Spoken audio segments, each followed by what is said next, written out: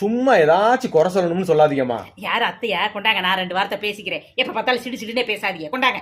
இந்த அவ பேசுறாளாமா. பெரியவங்கள்ட்ட எப்படி பேசுறேன்னு தெரிய வேண்டாம் உங்களுக்கு?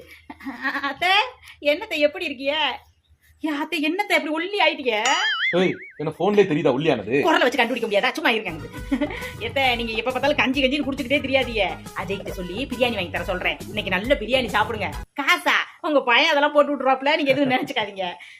ஏத்த இன்னைக்கு தேதி 15 ஆச்சு, இன்னும் உங்க பென்ஷன் காசு என் அக்கௌண்ட்ல ஏறல. ஏன் இன்னும் போடலையோ? ஏய், போன மாசம் போகும்போது அவங்களுக்குன்னு ஒரு தனி அக்கௌண்ட் ஓபன் பண்ணி கொடுத்துட்டு வந்துட்டேல்ல? ஓபன் பண்ணி கொடுத்துட்டீங்களா?